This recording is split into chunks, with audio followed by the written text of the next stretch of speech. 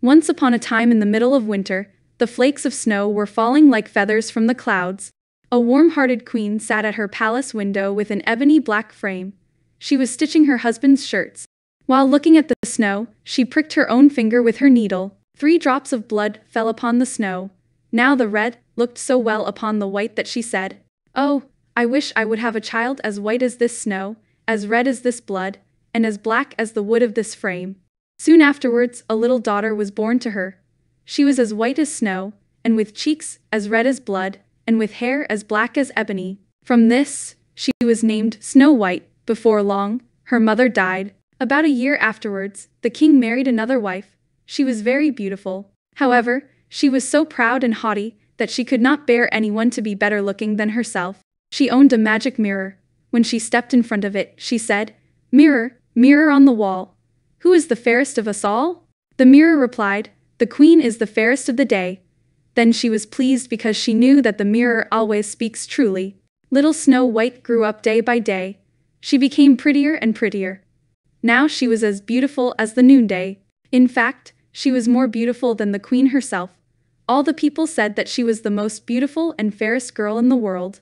One day, the queen asked her mirror again, "Mirror, mirror on the wall, who is the fairest of us all?" The mirror replied, "The queen was fairest yesterday, but Snow White is the fairest now." This answer so angered the queen that she became quite yellow with envy. From that time, whenever she saw Snow White, her heart was hardened against her. She hated the little girl. Her envy and jealousy increased so high that she had no rest day or night. One day, she called a huntsman and said, "Take the child away into a forest. I will never look upon her again. You must kill her and bring me her heart for a token." The huntsman listened with fear. Next day, he took the maiden away into a forest. He drew out his knife to kill her. Snow White began to cry, "Dear huntsman, save my life. I will run into the wild forest. I will never come home again." This speech softened the hunter's heart. Her beauty also so touched him that he had pity on her and said, "Well, run away then, poor child." At the same time, he thought to himself, "The wild beasts will soon devour you." He felt as if a stone had been lifted from his heart because her death was not by his hand. Just at that moment, a wild boar came roaring along to the spot. As soon as the huntsman clapped eyes upon it, he caught and killed it. He took its heart and carried it to the queen for a token of his deed. Now poor little Snow White was left homeless and alone. She had nowhere to go. She was overwhelmed with grief and fear. She didn't know which way to turn and go. She ran till her feet refused to go farther. She was also bewildered at the sight of so many trees. As it was getting dark, she saw a little house nearby. She entered to rest. In this cottage, everything was very small, but very neat and elegant.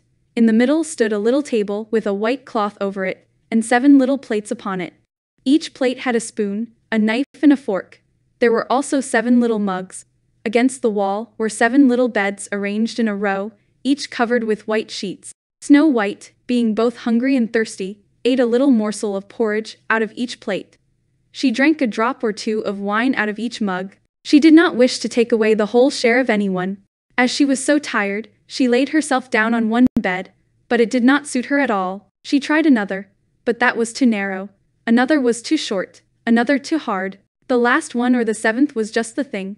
She tucked herself up in it. She went to sleep, first sang her prayers as usual. When it became quite dark, the owners of the cottage came home. They were 7 dwarfs. They dug for gold and silver in the mountains all day long. These 7 dwarfs first lighted 7 little lamps, and saw at once that somebody had been in, because everything was not in the order in which they had left it. The first dwarf asked, "Who has eaten off my plate?"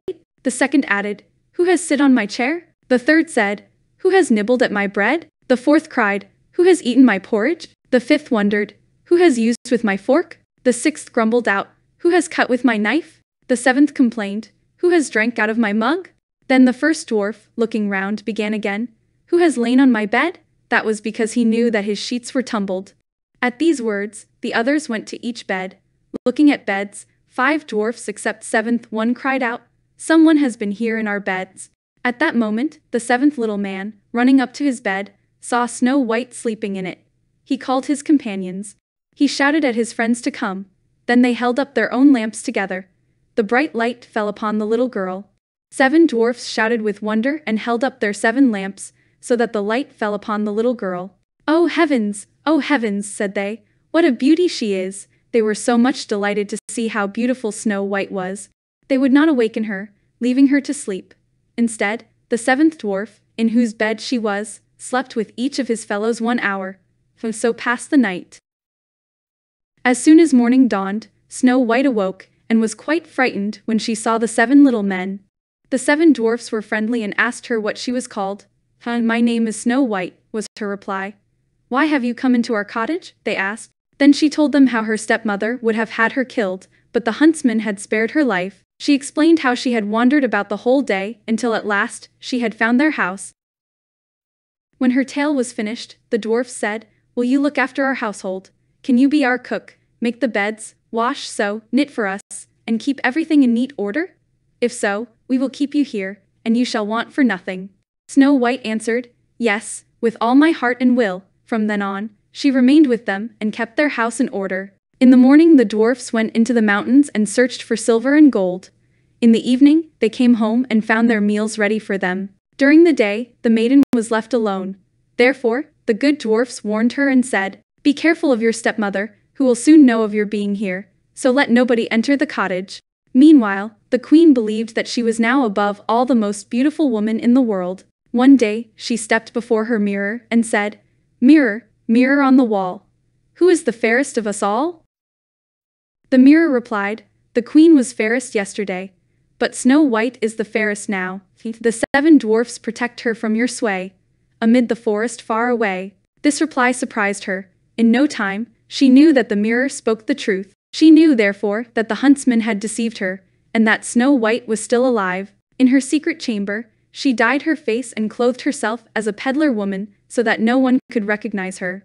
In this disguise, she went over the 7 hills to the house of the 7 dwarfs. She knocked at the door of the hut and called out, "Fine goods for sale, beautiful goods for sale." Snow White peeped out of the window and said, "Good day, my good woman. What do you have to sell?" "Fine goods, beautiful goods," the female peddler replied. "Waist ribbons of all colors." She held up one which was made of many-colored silks. "I may let in this honest woman," thought Snow White. Snow White unbolted the door and bargained for 1 waist ribbon. "Look how they suit you," exclaimed the old woman. "Let me lace them up for you." Snow White suspected nothing. She let the old woman do as she wished. The old woman laced her up so quickly and so tightly that all her breath went out. Snow White fell down like dead. Finally, Snow White is out of breath.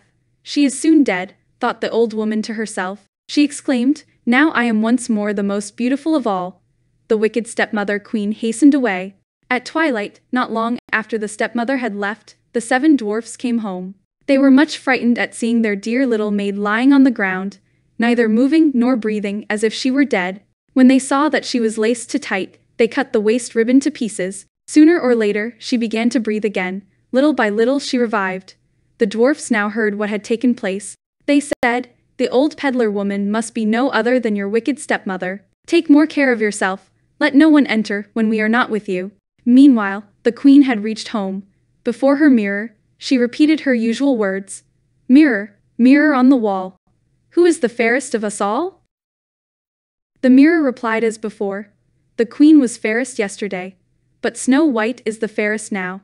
The 7 dwarfs protect her from your sway, amid the forest far away." As soon as the mirror had finished, all her blood rushed to her head, because she was so angry to hear that Snow White was yet living. "But now," thought she to herself, "I will make something which shall destroy her completely." In her secret chamber, she made a poisoned comb by evil arts. The next day, disguising herself again, she took the form of an old widow. She went over the 7 hills to the house of the dwarfs. She knocked at the door and called out, "Good wares to sell today." Snow White peeped out and said, "You must go farther because I dare not let you in." "But still you may look," said the old woman. She drew out her poisoned comb and held it up. The sight of this comb pleased the maiden so much that she allowed herself to be persuaded and opened the door. As soon as she had bought something, the old woman said, "Now let me for once comb your hair properly." Snow White agreed. Scarcely was the comb drawn through her hair when the poison began to work. The maiden fell down senseless. The wicked queen cried with joy, "It is now all over with you." She departed in a hurry. Fortunately, evening soon came. The 7 dwarfs returned. As soon as they saw Snow White lying, like a dead person, upon the ground, they suspected the queen. On discovering the poisoned comb, they immediately drew it out. Then the maiden very soon revived and told them all that had happened. So again, they warned her against the devil's stepmother and asked her to open the door to nobody. On her arrival home, the queen had again consulted her mirror and received the same answer as twice before. This made her tremble and foam with rage and jealousy. She swore that Snow White should die even if it cost her own life. She went into an inner secret chamber where no one could enter. There, she made an apple of the most deep and subtle poison. Outwardly, this apple looked nice enough to have rosy cheeks. It would make the mouth of everyone who looked at it water. But its poison was so fatal that whoever would eat the smallest piece of it would surely die. As soon as the apple was ready, the queen again dyed her face. She clothed herself like a peasant's wife. Then over the 7 mountains to the house of the 7 dwarfs, she made her way. She knocked at the door. Snow White stretched out her head and said, "I dare not let anyone enter. The 7 dwarfs have forbidden me." "That is hard on me," said the old woman, "because I must take back my apples, but there is one which I will give you for free." "No," answered Snow White, "I dare not take it. You should go right now." "What are you afraid of?" cried the old woman. "I can't go with your doubt, see me. I will cut the apple in halves. I will eat the green part. It surely gives you trust. Then, you may eat the red cheek." When Snow White saw the woman eating the green part, she could no longer resist. Snow White stretched out her hand and took the poisoned part, the red cheek. Scarcely had she placed a piece in her mouth when she fell down dead upon the ground. Then the evil queen looked at her with glittering eyes and laughed aloud bitterly. She exclaimed, "White as snow, red as blood, black as ebony is gone. This time the dwarfs cannot reawaken you." She reached home as soon as possible and consulted her mirror. "Mirror, mirror on the wall, who is the fairest of us all?" The mirror replied, "The queen is the fairest of the day."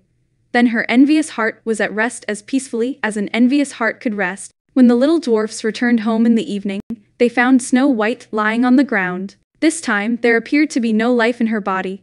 She seemed to be quite dead. They raised her up and tried if they could find anything poisonous. They unlaced her, uncombed her hair, and even washed her with water, and then with wine. But nothing availed. The dear child was really and truly dead. Then they laid her upon a bier, which is a kind of a coffin along with its stand.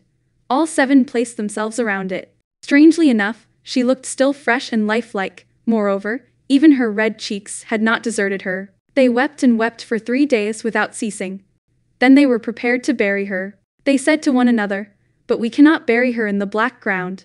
Then they ordered a case to be made of glass. The dwarfs wrote her name with golden letters upon the glass, saying that she was a king's daughter. The dwarfs placed the glass case upon a flat rock. One of them always remained by it watching. Through this glass case, they could see the body on all sides. Snow White lay peacefully in her case and did not change. She looked as if she were only asleep. She was still white as snow, red as blood, and black-haired as ebony. Even the birds bewailed the loss of Snow White. Animals in the forest came to protect the body of Snow White. It happened that a king's son was traveling in the forest.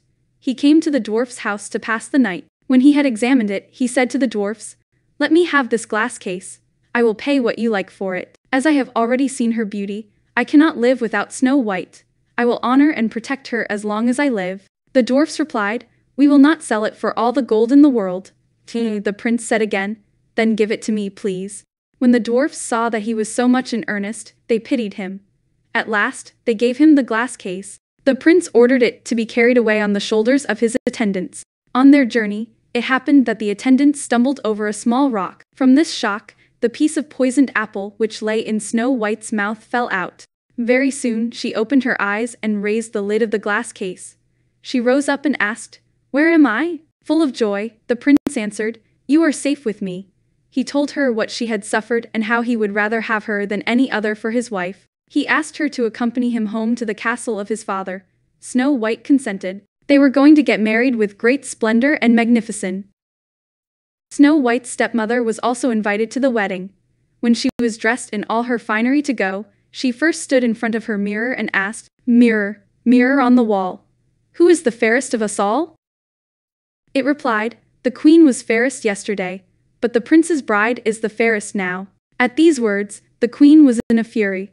She was so terribly mortified that she didn't know what to do with herself. At first, she resolved not to go to the wedding. Still, she could not resist the wish to see the princess. So, she went to the wedding. As soon as she saw the bride, she recognized that the bride was Snow White. She was so terrified with rage and astonishment that she rushed out of the castle. She rushed towards a high cliff. From then on, she was never heard of again. Snow White and the prince got married and lived happily ever after.